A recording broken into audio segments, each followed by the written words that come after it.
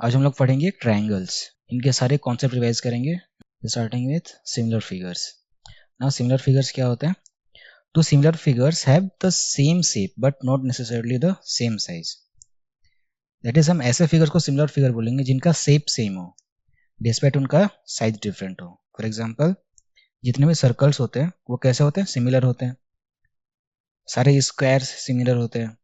सारे equilateral triangles similar होते हैं। ये ध्यान रखना। जैसे हम इन पिक्चर्स में देखें तो ये सर्कल है, इसका साइज छोटा है, इसका साइज बड़ा है, इसका साइज उससे भी बड़ा है, बट तीनों सिमिलर है ना, same with triangle and square. And next, all congruent figures are similar but the similar figures need not be congruent. आपको याद है क्लास 9 में आपने कॉन्ग्रुएंसी पढ़ा था, जो ट्रायंगल्स आप कॉन्ग्रुएंट प्रूव करते थे, तो साइड एंगल साइड था, काफी सारे थे ना। बट इस चैप्टर में हमें कितने पढ़ने? 3 ही पढ़ने। कौन से? Side side side, angle angle angle and side angle side है। ये 3 ही इसमें पढ़ना है आपको सिमिलैरिटी के लिए। सो इस पे क्या बोल रहे हैं?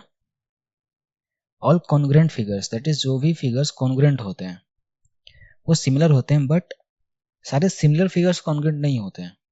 ये लाइन आप याद रखना। ये दोनों फिगर सिमिलर नहीं है, बट ये सिमिलर है। क्यों? क्योंकि इनका शेप सेम है। साइज डिफरेंट डिफरेंट है बट शेप सेम है। Next, two polygons of the same number of sides are similar if. अगर हमें 2 पॉलीगॉन्स गिवन है, लेट ऊपर वाला फिगर को ही ले लो, इस वाले फिगर को। ये दोनों फिगर कब सिमिलर होंगे?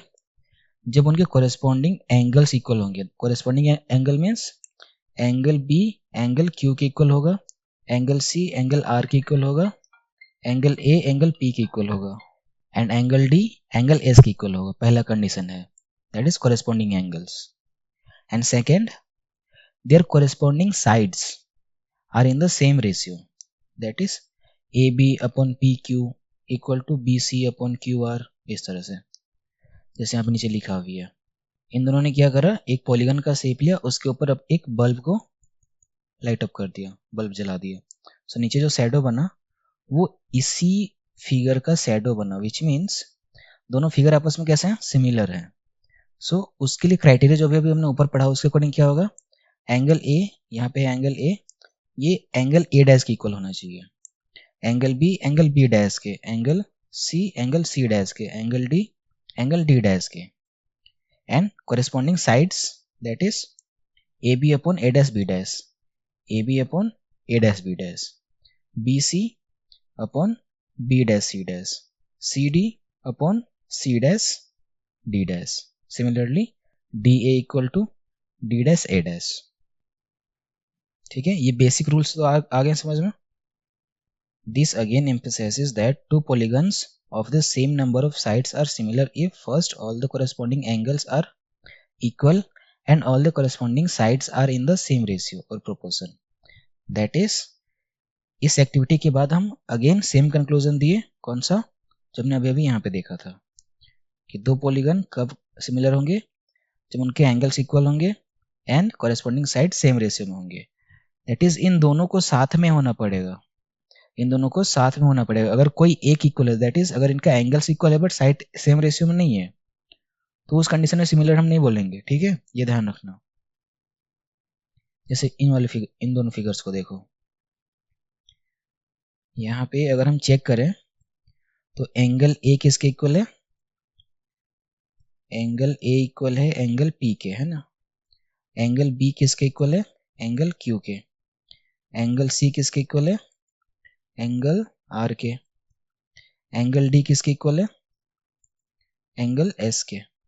चलो पहला कंडीशन तो सेटिस्फाई कर रहा है, दूसरा चेक करते हैं।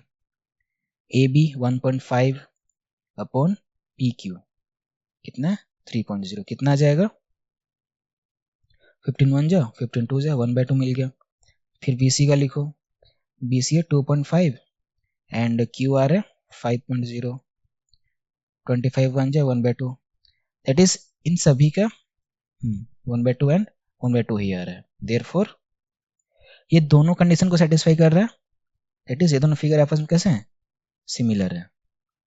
नाउ इन फिगर्स को चेक करो, एंगल्स तो सेम है ना, सारे एंगल्स 90 डिग्री के हैं चारों। अब इनका साइड चेक करो, A B by P Q कितना आएगा, A B 3 P Q 3.5, then B C by Q R, B C का वैल्यू 3, क्यू आर का वैल्यू 3, ये 1 आ रहा है, देखो तो यहीं पे मिल गया, A B upon P Q is not equal to B C upon Q R, है ना, that is these are not similar. आया समझ में कैसे चेक करेंगे, मतलब कुछ तो याद आ रहा है ना कि ऐसा कुछ पढ़े थे। Now similarity of triangles, again same वही लिखा है यहाँ पे भी कि दो ट्रायंगल्स कब सिमिलर होंगे, जब उनके कोरेस्पॉन्डिंग एंगल्स इक्वल होंगे। अभी ऊपर हम किसका देख रहे थे, पॉलीगन्स का देख रहे थे, ठीक है, अभी हम यहाँ पे किसका देख रहे हैं, ट्रायंगल्स का देख रहे हैं। दैट इज दो ट्रायंगल कब सिमिलर होंगे, उनका कोरेस्पॉन्डिंग एंगल सेम होना चाहिए एंड कोरेस्पॉन्डिंग साइड भी सेम रेशियो होना चाहिए, विच इज अगर ये ट्रायंगल ए बी एंड सी है, ये triangle D E and F है। सो पहला कंडीशन क्या होना चाहिए, एंगल ए एंगल डी के इक्वल होना चाहिए, एंगल बी एंगल ई के इक्वल होना चाहिए and angle C angle F के इक्वल होना चाहिए। And second condition A B upon D E equal to B C upon E F, ये इक्वल होना चाहिए ए सी अपॉन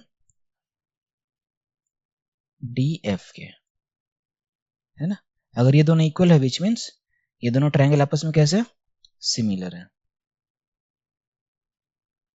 ठीक है। कुछ नोट्स गिवन है, ये भी देख लो।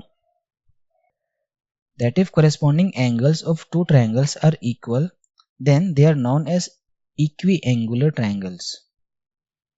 क्या बोला, कुछ समझ में आया ये line, if corresponding angles of two triangles are equal, corresponding angles अगर equal हैं, then they are known as equiangular triangles. अगर angles equal है तो हम उसे क्या बोलेंगे, equiangular, ध्यान रखना। नेक्स्ट नोट क्या है, the ratio of any two corresponding sides in two equiangular triangles is always the same. Again इसी पॉइंट को इसने एक्सटेंड कर दिया, क्या बोल रहा है, ratio of two corresponding sides, that is अगर इन दोनों ट्रायंगल्स का एंगल सेम है, इक्विएंगुलर ट्रायंगल कहलाएंगे ये दोनों, and the ratio of any two corresponding sides in two equiangular triangles, that is इनका जो रेशियो होगा वो भी सेम ही होगा। अगर इनका एंगल सेम मिल रहा है हमें, तो इनका जो रेशियो होगा वो भी सेम ही मिलेगा, ठीक है। नया कुछ नहीं है, जो भी हमने ऊपर यहाँ पे पढ़ा सेम वही है, बस उनका टर्म चेंज हो गया है। Next, criteria for similarity of triangles. Criteria that is हम angle angle angle side side side ये सारी चीज़ों के बारे में भी पढ़ेंगे। अगेन अभी अभी जो हम पढ़ के आ रहे हैं वही बोल रहे हैं, उनके कोरेस्पॉन्डिंग एंगल्स इक्वल होने चाहिए एंड उनका जो साइड है वो सेम रेशियो में होना चाहिए, जैसे इन दोनों ट्रायंगल से गिवन है, एंगल ए एंगल डी की इक्वल है, एंगल बी एंगल ई के इक्वल है, एंगल सी एंगल एफ के इक्वल है, अगेन सेम ही वही लिखा है। Triangle A B C is similar to triangle D E F, किस तरह से, triangle A B C is similar to triangle D E F. आपको याद है क्लास 9 में आपको किस तरह से लिखते थे, उसका क्या मतलब होता था,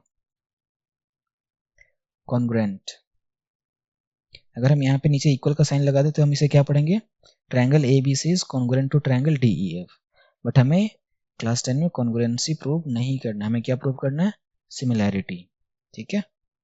देखो areas of similar triangles, that is अगर दो ट्रायंगल है हमारे पास A B C and P Q R, so in दोनों ट्रायंगल्स, एंड देखो ये दोनों ट्रायंगल कैसे हैं, सिमिलर हैं, ठीक है। अगर ये दोनों ट्रायंगल सिमिलर हैं तो इनके साइड का जो स्क्वायर होगा ना वो इनके एरिया के रेशियो के इक्वल होगा, that is area of triangle A B C, इसका एरिया अपॉन इसका एरिया इनके साइड के स्क्वायर के रेशियो के इक्वल होंगे। फॉर एग्जांपल अगर हम इनको ले लें, लेट ए बी का वैल्यू 3 है एंड पी क्यू का वैल्यू 4 है, तो इनका एरिया क्या हो जाएगा, area of triangle A B C upon area of triangle P Q R क्या हो जाएगा 3 का स्क्वायर 9 अपॉन 4 का स्क्वायर 16। ठीक है, और ऐसे कुछ एमसीक्यूज हम लोगों ने करा भी है प्रीवियस ईयर के क्वेश्चंस में। ठीक है, तो ये कॉन्सेप्ट ध्यान रखना, और ये कॉन्सेप्ट एक थ्योरम है। और रफ कहाँ करोगे? नहीं, देखो अगर ये आपका पेज है ना, ये आपका आंसर शीट है, ठीक है, ये आपका आंसर शीट है, तो आपको इधर राइट साइड में मत करना, यहाँ पे मत करना रफ। आप क्या करना, आपके आंसर शीट लास्ट वाले पेज पे ऊपर रफ लिख लेना और उस पर अपना सारा रफ करना लास्ट पेज पे, फिर वो फिल हो जाएगा तो उसके सेकेंड लास्ट पेज में आ जाना, ऐसा राइट में मत करना। बस कॉन्सेप्ट इतना ही था, इससे ज़्यादा कुछ नहीं है कॉन्सेप्ट, उसके बाद हमारा थ्योरम स्टार्ट हो जाता है।